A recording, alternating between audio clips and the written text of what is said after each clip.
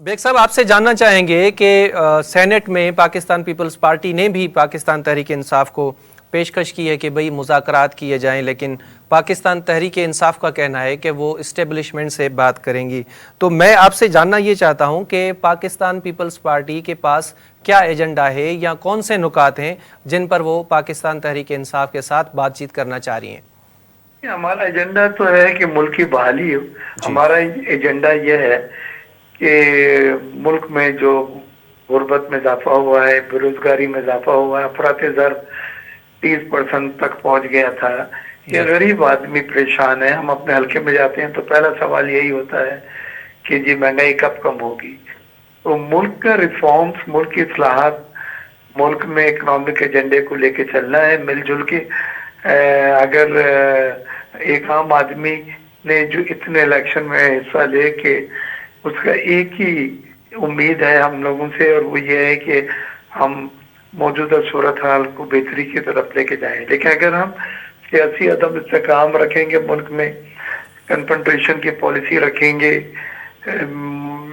ये अपना एहतजाज रखेंगे रोडों पे और हाउस को नहीं चलने देंगे पार्लियामान की, तो फिर एक आम आदमी को बहुत मायूसी होगी।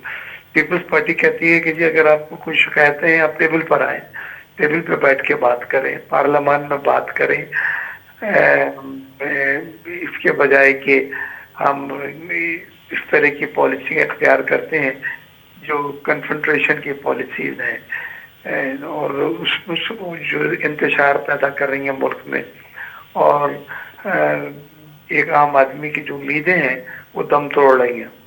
तहरीक इंसाफ का सर एक मुतालबा ये भी है कि 8 फरवरी को जो इंतखाबात हुए थे उसमें धांधली हुई है और उसको इन्वेस्टिगेट करने के लिए एक कमीशन बनाया जाए, और वो ये भी चाह रहे हैं कि उनको मखसूस नशस्तें उनकी मिल जाएं, उनके जो सियासी कैदी हैं बकौल तहरीक इंसाफ के उनको भी रिहा किया जाए। तो क्या पाकिस्तान तहरीक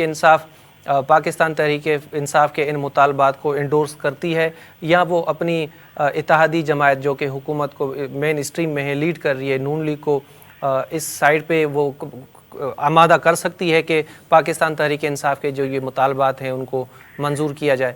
देखिए, ये मुतालबात बिल्कुल गैर मंतकी हैं।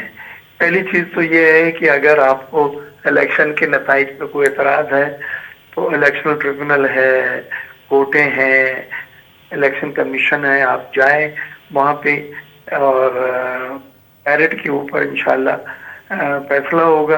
आपके पास अगर कोई शवाहिद है तो पेश करें, तो उसके आप बेस बना के कि पूरे इलेक्शन के प्रोसेस को तो नहीं दोबारा करवा सकते ना।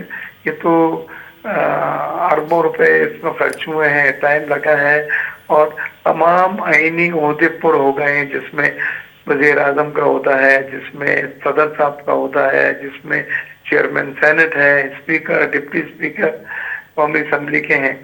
तो ये हर तरमी वाली बात है अगर उस तरह की बात हो सर। लेकिन पाकिस्तान पीपल्स पार्टी खुद माजी में इस तरह के मुतालबात कर चुकी है, तो अभी आप पाकिस्तान तहरीक इंसाफ के ऐसे मुतालबात को कैसे गैर मंतकी कह सकते हैं या करार दे सकते हैं? हम तो ये कह रहे हैं कि आप राइट फोरम है, इलेक्शन कमीशन है, इलेक्शन ट्रिब्यूनल्स है, वहाँ क्यों नहीं जा रहा है जो इसी मकसद के लिए बनाए गए हैं। तो सर क्या लगता है पाकिस्तान पीपल्स पार्टी कामयाब हो जाएगी पाकिस्तान तहरीक इंसाफ से मफामत में?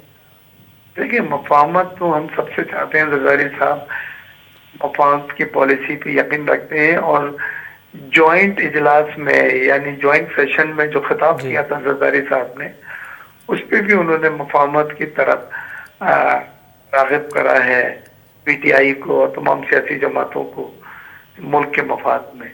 तो हमारा तो कन्फ्रंटेशन की पॉलिसी कभी हम पसंद ही नहीं करते, हमारा ऑप्शन नहीं है वो, हमारा ऑप्शन मफाहमत ही है। और इस बार भी जॉइंट सेशन में इसका जिक्र हुआ, बाकायदा सदर पाकिस्तान ने ऑफर करी है।